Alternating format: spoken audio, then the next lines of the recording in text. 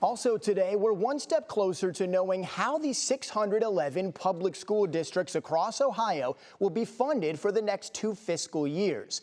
The Ohio Senate released its state budget plans, which implements a promised school funding formula that was previously eliminated in the House's version back in April. But some education advocates say the Senate's version still doesn't go far enough. Education Station reporter Danielle Wiggins has the story.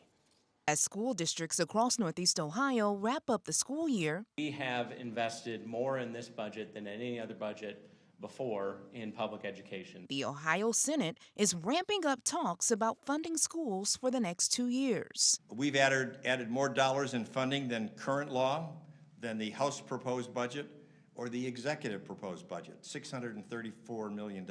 On Tuesday, Senate President Rob McCauley and Senator Jerry Serino unveiled the Senate's version of House Bill 96, otherwise known as the biennium budget. It breaks down how the state will spend more than $60 billion.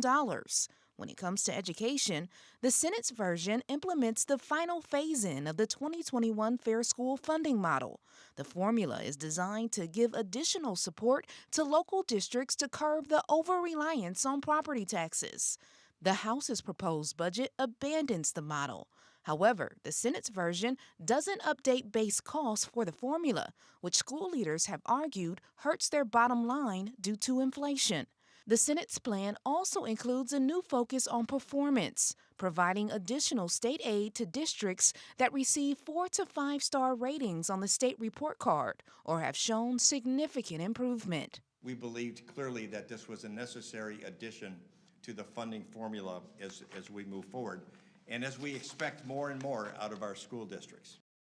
And All In for Ohio Kids, a coalition of Ohio educators, released the following statement about the Senate's version of the budget. Reading in part, the bill underfunds schools, increases uncertainty for districts, and makes it harder for districts to pass levies necessary to fill the gaps created by the continued shortchanging of education by the state.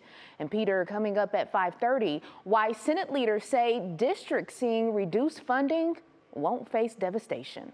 Important information, and it affects everyone. Danielle, thanks.